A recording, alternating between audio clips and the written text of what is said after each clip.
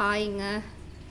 இன்றைக்கி நம்ம என்ன பார்க்க போகிறோன்னா, இன்றைக்கி வீட்லேயே நான் செஞ்ச பருப்பு பொடின்னா கருப்புளுந்து இருக்கு இல்லையா, அந்த கருப்புளுந்து, கடலைப்பருப்பு, துவரம்பருப்பு, அப்புறம் வெள்ளை உளுத்தம் பருப்பு, எள் இதெல்லாம் சேர்த்து வரமிளகா, பூண்டு இதெல்லாம் பண்ணி பருப்பு பொடி இது ஒன்று பண்ணியிருக்கேன். அப்புறம் இது முடக்காத்தான் கீரை, பெரண்டை பொடி, சங்குப்பூ இதெல்லாம் போட்டு அப்புறம் பருப்பு வகையிலும் சேர்த்து இது பண்ணியிருக்கிறேன். இதுவும் சாதத்தில் போட்டு கொஞ்சமாக நெய் ஊற்றி சாப்பிட்லாம். அவ்வளோ பெனிஃபிட்ஸ் இருக்குது. மூட்டு வலியெல்லாம் சரியாகும். இதுக்காக பண்ணியிருக்கேன்.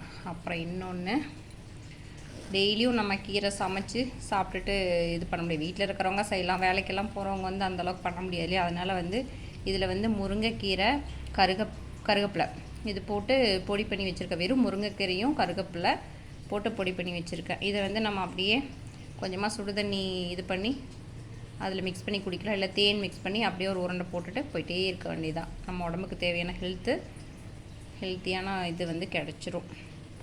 அதுக்காக நான் இப்படி இன்ஸ்டண்ட்டாக பண்ணி வச்சுருக்கேன். உங்களுக்கும் பிடிச்சிருந்தா மறக்காமல் சப்ஸ்கிரைப் பண்ணுங்கள், லைக் பண்ணுங்கள். தேங்க்யூ.